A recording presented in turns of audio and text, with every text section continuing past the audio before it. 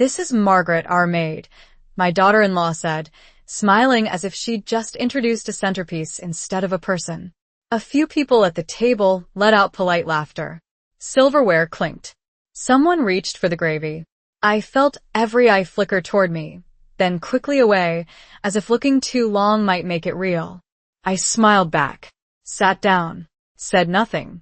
I had been up since 5 that morning, basting the turkey every 40 minutes, measuring spices the way my late husband used to like, setting the table with the china we bought 32 years ago, when this house was nothing more than a dream on a piece of paper.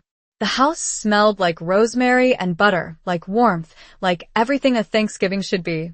And yet somehow I had just been reduced to staff. Chloe moved through the room with effortless grace, refilling glasses, laughing just a little too brightly, her hand resting on my son Daniel's shoulder like a quiet claim. Daniel didn't look at me. Not once. He kept his eyes on his plate, nodding along to conversations that had nothing to do with family and everything to do with appearances. I adjusted my napkin on my lap, smoothing a wrinkle that wasn't really there, and took a small bite of turkey. It was perfectly cooked. Of course it was. Across the table, a man I didn't recognize watched me for a moment longer than the others had. His brow tightened, just slightly. Not confusion. Recognition. I could see it forming behind his eyes like a memory trying to surface. I lowered my gaze, pretending not to notice, letting the room carry on as if nothing had happened. Chloe's voice floated again, light and practiced. "Margaret helps us around the house. We couldn't manage without her." More laughter. Softer this time. I folded my hands neatly, one over the other, and let the moment pass over me like a cold draft through a closed room. Because this wasn't the first time something had felt off. The smaller chair at Christmas. The introductions that skipped over my name. The quiet way my place at the table had shifted from center to edge. I had noticed. I had simply chosen not to say anything. Not yet. The man across from me set down his fork slowly. I could feel it before he even spoke. That shift. That subtle change in the air when truth is about to walk into a room uninvited. I took a sip of water, steady, composed, and waited.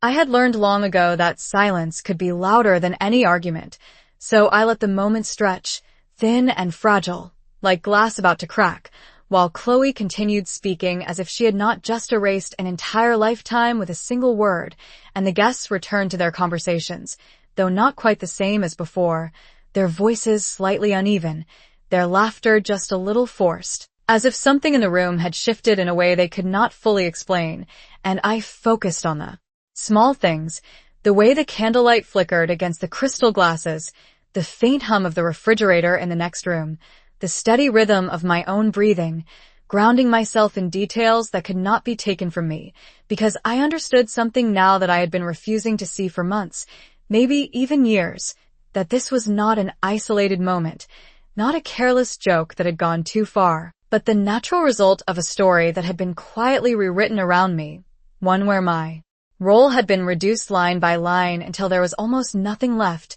and yet across the table, that man still watched me, his expression sharpening with each passing second, as if he were assembling pieces of a puzzle that no one else even realized existed, and when he finally leaned back slightly in his chair, setting his napkin beside his plate instead of on his lap, I knew he had reached his conclusion, and I felt it before he spoke, that subtle pause that draws attention without demanding it, the way conversations nearby began to falter one by one, like lights dimming in a room, and then his voice came, calm but unmistakably certain. "I am sorry, but have we met before?" he asked, looking directly at me, not at Chloe, not at Daniel, but at me, as though I were the only person in the room who mattered, and I met his gaze without hesitation, because I had nothing to hide, nothing to pretend, and for the first time that evening, I saw uncertainty flicker across Chloe's face, just for a fraction of a second, before she quickly stepped in, her tone light but edged with something tighter. "Oh, I doubt it. She does not get out much," she said with a soft laugh, but it landed differently now. Too quick, too rehearsed, and the man did not look away from me, not even for a moment. "No," he said slowly, almost thoughtfully. "I do not think that is correct, and the room went still again, heavier this time, as if everyone could sense that whatever came next would not fit neatly into the version of reality they had been given, and I felt something settle. Inside me, not anger, not even hurt, but a quiet clarity, the kind that comes when you finally understand exactly where you stand, and exactly what comes next. Chloe let out a soft laugh, but it did not carry the same confidence anymore, and I could see the way her fingers tightened slightly around the stem of her wine glass, just enough to reveal the crack beneath her polished surface, while Daniel shifted in his seat, his shoulders stiff, his gaze finally lifting for a brief moment before dropping again, as if he already knew where this was heading and wanted no part of it. And the man across from me leaned forward, just a little, resting his hands lightly on the edge of the table, his voice calm but firm. "Margaret Whitmore," he said, this time not as a question but as a statement, and something in the room seemed to pause entirely, like the second before a storm breaks, and I nodded once, slowly, not needing to say more, because the name itself carried a weight that no one here had expected to hear spoken out loud. Not like that. Not in this room. And Chloe's smile faltered completely now, her eyes darting briefly toward Daniel.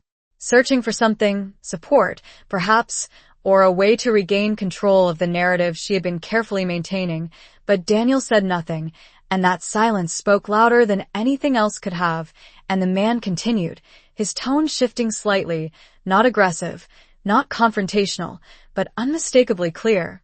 "We met at the Hayes Foundation Gala 3 years ago," he said, his gaze steady on mine. "You were the keynote speaker, and I could feel the ripple move through the table. Subtle but undeniable, the kind of reaction people have when a story they believed begins to unravel in real time." And I placed my fork gently beside my plate, aligning it with quiet precision, giving myself a moment before responding, not because I needed time to think, but because I understood the power of timing, of letting truth arrive exactly when it is meant to. "Yes," I said simply, my voice even. "I remember," and Chloe's breath caught, barely audible, but enough to confirm what everyone else was beginning to suspect. And the man gave a small nod, almost respectful, before adding, "You founded Whitmore Holdings, did you not?" And this time the silence that followed was heavier, thicker, impossible to ignore, and I did not rush to answer. I did not look at Chloe or Daniel. I simply let the question exist in the space between us, because the truth no longer needed to be defended. It only needed to be acknowledged, and when I finally spoke, my tone remained calm, almost gentle. "I did," I said, and across the table, Chloe's hand slipped slightly against the glass, the faint sound of it against the wood breaking the stillness for just a second. While Daniel's face had gone pale, his expression no longer neutral but unsettled, as if he were seeing me for the first time in years, not as someone familiar and easily overlooked, but as someone he had completely misunderstood, and I reached for my water, taking a slow sip, my movement steady, deliberate, as if nothing about this moment required urgency, because it did not, because everything that needed to shift had already begun, and I could feel it, the balance of the room tilting, quietly, inevitably, in a direction none of them had prepared for. No one reached for their food anymore, and the warmth that had filled the room only minutes ago seemed to drain away, leaving behind something colder, sharper, something that made every movement feel louder than it should have been, and I could see it clearly now, the way people avoided looking directly at Chloe, the way their attention kept returning to me as if trying to reconcile two versions of the same person that no longer matched. And across from me, Mr. Hayes remained composed, his presence steady, almost grounding, as though he had simply stated a fact that needed no further explanation, while Chloe attempted to recover, her smile returning but thinner now, strained at the edges. "Well," she said lightly, her voice just a fraction too high, "Margaret used to be very busy, but things are different now," and the words hung there, fragile, insufficient, and I noticed how quickly she tried to move the conversation forward, reaching for the serving bowl, offering more food, filling the silence with motion instead of meaning, but no one followed her lead, because the shift had already happened, and there was no going back to what it had been before, and Daniel finally looked at me, really looked this time, his eyes searching my face as if trying to understand something he should have known all along, something that had been right in front of him, and I held his gaze for a brief moment before letting it go, not out of anger, but because I no longer needed anything from him in that moment, and I realized then how quiet I felt inside, not empty, but clear, like a room after everything unnecessary has been removed. And Mr. Hayes leaned back slightly, folding his hands. Together, Whitmore Holdings has done remarkable work, he added, his tone respectful, almost admiring. Your housing initiatives alone have changed thousands of lives, and I inclined my head slightly in acknowledgement, because there was no need to elaborate, no need to justify what had already been built over decades of discipline, sacrifice, and vision. And yet the contrast between that life and the one being presented at this table could not have been more stark, and I saw it reflected in the faces around me, that growing awareness that something fundamental had been misrepresented, and Chloe's composure began to slip in small ways, her movements quicker now, less controlled, her eyes flicking from one guest to another as if searching for someone who would restore the version of reality she preferred. But no one spoke, no one laughed, and even the soft background music from the living room seemed too distant to matter. And I reached for my napkin again, folding it neatly this time, placing it beside my plate with deliberate care, because I understood that this moment was no longer about what had been said, but about what could no longer be hidden. And when I finally stood, slowly, calmly, the sound of my chair against the hardwood floor was enough to draw every eye back to me, not with curiosity now, but with attention, the kind that is given when something important is about to happen, and I smoothed the front of my blouse, a simple, quiet gesture, and let my gaze pass over the table, not lingering, not searching, just acknowledging, and in that silence, I could feel it completely, the balance of power settling into its rightful place, not through force, not through confrontation, but through the quiet, undeniable presence of truth. I did not raise my voice, and I did not rush, because moments like this do not require force, they require precision, and I had spent a lifetime understanding the difference. So I let the silence hold for just a second longer before I spoke, my tone calm, steady, carrying just enough weight to settle over the table without needing to push. I have always believed, I said slowly, that how we present people says more about us than it does about them. And no one interrupted, no one shifted. Even Chloe remained still, her hand frozen near the edge of the table as if she were afraid that any movement might make things worse. And I continued, not looking at her directly, not yet. I understand that roles can be misunderstood, I added, especially when someone has grown used to seeing only what is convenient. And I could feel the words landing, not sharply, not cruelly, but clearly, like a mirror being placed in front of something that had been carefully hidden, and Daniel exhaled. Quietly, the sound almost lost in the room, but I heard it, I noticed everything now. The small cracks, the subtle shifts, the way people reveal themselves when they realize the story has changed, and I reached for the back of my chair, resting my hand there lightly, grounding myself not in the moment, but in everything that had led to it, every decision, every compromise, every time I had chosen peace over confrontation, thinking it would preserve something worth keeping, and I realized then that silence had never been the problem. It had simply been mistaken for absence, and that misunderstanding had allowed the situation to grow into something it was never meant to be. And Mr. Hayes gave a slight nod, not in agreement, but in recognition, as if he understood exactly what I was doing, not exposing, not attacking, but correcting, and I finally turned my gaze to Chloe, meeting her eyes fully for the first time that evening, and there was no anger there, no accusation, only a quiet certainty that did not need to be explained. I have spent many years building things that matter, I said gently, and I have never needed to diminish anyone else to do it. And her composure faltered completely now, her expression tightening, her confidence slipping in a way she could not hide, because this was no longer a performance she controlled, and I did not wait for a response. I did not give her the opportunity to reshape the narrative again, because this moment was not about convincing anyone. It was about allowing the truth to exist in its full form, and I stepped back slightly from the table, my posture relaxed, my presence steady, and in that quiet space, I could feel it clearly, the final shift, the understanding settling over everyone at once, not loudly, not dramatically, but undeniably, like something that had always been there finally coming into view. I let my words settle without adding anything more, because I had learned that once the truth is placed in the open, it does not need to be repeated. It simply needs space to exist, and the room gave it that space whether anyone intended to or not, and for a moment no one moved, no one reached for their glass or their plate, as if even the smallest gesture might disrupt something that had finally aligned itself after being tilted for far too long. And then Daniel pushed his chair back slightly. The sound quiet but unmistakable, and when he stood, his expression was no longer distant or indifferent. It was uncertain, almost unsettled, like someone realizing they had been reading the wrong story for years and had just reached the part where everything no longer made sense, and he opened his mouth as if to speak, but no words came, and I watched him calmly, not with expectation, not with hope, just with clarity, because whatever he chose to say now would not change what had already been revealed, and Chloe finally set her glass down, more firmly this time, the soft control she had carried throughout the evening slipping further.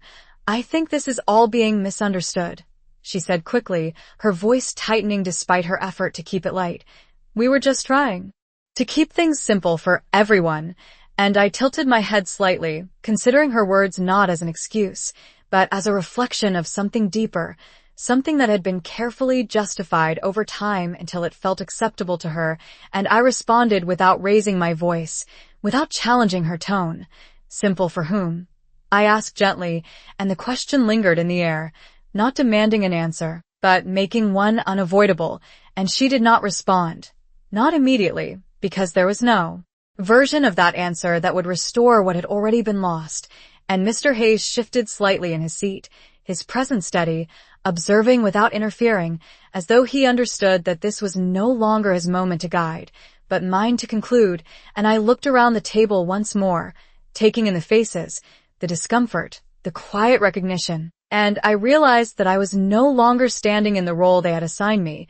I had stepped out of it entirely, not by force, but by simply refusing to remain where I had been placed, and that realization did not come with anger. It came with something far more powerful, a sense of completion, as if a long unfinished sentence had finally reached its end, and I reached for my coat, draped neatly over the back of the chair beside me, lifting it with unhurried movements, and the soft rustle of fabric seemed louder than it should have been, drawing attention not because of what it was, but because of what it meant, and Daniel took a step toward me then, hesitating, as if unsure whether he had the right to close the distance that had grown between us, and I met his eyes briefly, offering nothing more than acknowledgement, not rejection, not forgiveness, just a quiet recognition of where we now stood. And in that moment, I understood that leaving was not an act of retreat, it was an act of decision, and I made it calmly, fully aware that what I was walking away from was no longer mine to carry. I moved toward the doorway without rushing, the quiet sound of my heels against the hardwood floor steady and measured, and no one spoke, not even Chloe, who just moments ago had controlled every word in the room, because there are moments when people realize that anything they say will only make things worse, and this was one of them, and as I reached the edge of the dining room, I paused briefly, not because I was unsure, but because I understood the value of a final moment, the kind that settles into memory long after the evening is over, and I turned slightly, just enough to look back at the table, at the faces that now held something very different from before, not amusement, not indifference, but awareness. And I let my gaze rest on Daniel for a second longer than the others, seeing the weight of realization in his expression, the quiet discomfort of someone who can no longer pretend not to know, and I did not offer him reassurance, because that was no longer my role. And then I looked at Chloe, who stood there with her shoulders drawn just slightly inward, her confidence replaced by something far less certain, and I spoke, my voice calm, almost gentle, but clear enough that every word reached the corners of the room. "Respect is not something you assign to others," I said. "It is something you reveal about yourself." And I let the sentence finish without adding anything more, because it did not need explanation, and I turned away again, continuing toward the front door, my hand resting briefly on the polished wood as I reached for my coat, slipping it on with the same care I had used when setting the table hours earlier, and behind me, I could hear movement now, chairs shifting, someone clearing their throat, the soft murmur of voices trying to find their way back into a room that no longer felt the same, and then Daniel's voice came, quieter than I had ever heard it. "Mom, wait," he said, and I stopped, not turning immediately, not responding right away, because some words deserve to be heard fully before they are acknowledged, and when I finally looked back, he had taken a step forward, his expression uncertain, almost fragile, as if he were standing at the edge of something he did not yet understand how to cross, and I met his eyes steadily, offering him the same calm presence I had carried all evening, not to comfort him, not to guide him, but simply to be clear, and in that moment, I knew that whatever came next would not be shaped by what I said, but by what he chose to see, and I waited, not for an answer, but for the truth to settle where it needed to. I watched him for a moment before answering, not because I needed time, but because I wanted him to understand that this moment mattered, that words spoken now would not be easily undone, and his voice came again, softer this time. "I did not know," he said, and there was something almost childlike in the way he said it, as if that alone might be enough to close the distance that had been growing for years. But I did not move toward him. I did not step back either. I simply remained where I was, steady, grounded, and I let his words settle without rushing to respond, because not knowing is not the same as not seeing, and I had learned that difference long ago. "You did not ask," I said quietly, and the sentence was not harsh. It was not accusatory. It was simply true, and I saw it land on him, the way his shoulders lowered slightly, the way his expression shifted as understanding began to take shape. Not all at once, but enough for him to realize that what had happened tonight was not a sudden mistake, but the result of many smaller choices, each one easier than the last, until they became something he no longer questioned, and behind him, Chloe finally spoke again, her voice sharper now, edged with frustration rather than control. "This is being blown out of proportion," she said, stepping forward slightly, as if trying to reclaim the space that had slipped away from her. "We were just trying to make things comfortable. That is all." And I turned my gaze toward her. Once more, not with confrontation, but with a calm that made her words feel smaller than she intended.